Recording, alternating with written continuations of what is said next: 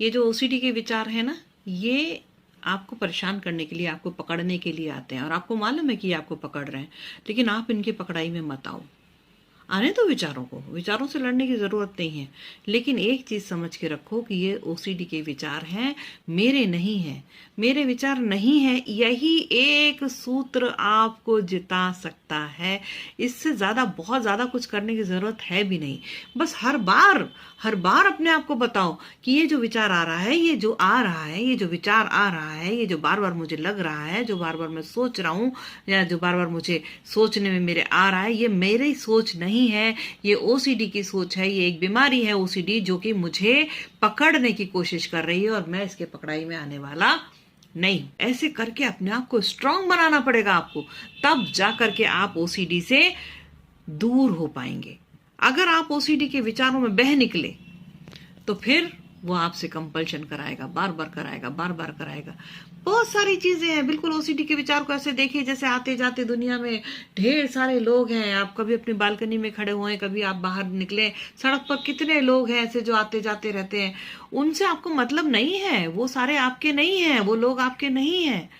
घर में बहुत सारे तरह की आवाजें आती हैं, फैन चलता है, फैन की आवाज आती है, टिक टिक टिक टिक टिक टिक, किसी तरह की आवाज आ रही है घर में।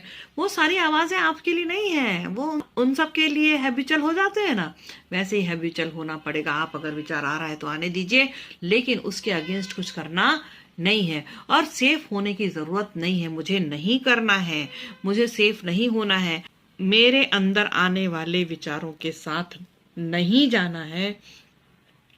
मुझे अपने विचार बनाने हैं। मेरे विचार क्या होंगे मैं बताता हूँ। और अपने विचारों को लिखना शुरू करिए। जिस दिन आप अपने विचारों को लिखना शुरू करेंगे, उन पर अमल करने की कोशिश करने लगेंगे, और जैसे जैसे आप उन पर अमल करेंगे, वैसे वैसे आपका ओसीडी वाला विचार थोड़ा सा वीक फील करने लगेगा। उसको स्ट्रांग मत बनाइए। स्ट्रांग किसको बनाइए? अपनी सोच को, अपने विचार को, और ध्यान बार बार दिला दीजिए कि ये जो विचार आ रहा था ना, अनर्गल सा जो अर्ज आ रही थी, इंट्रूसिव थॉट था, मेरा थोड़ी है, वो तो ओसीडी का है, मेरा है ही नहीं।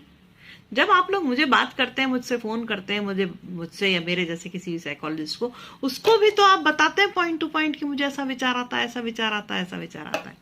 अपने आप को भी तो बताइए ना कि मुझे ऐसा विचार आता है, ऐसा विचार आता है, लेकिन वो मेरा नहीं होता, वो तो ओसीडी का होता है।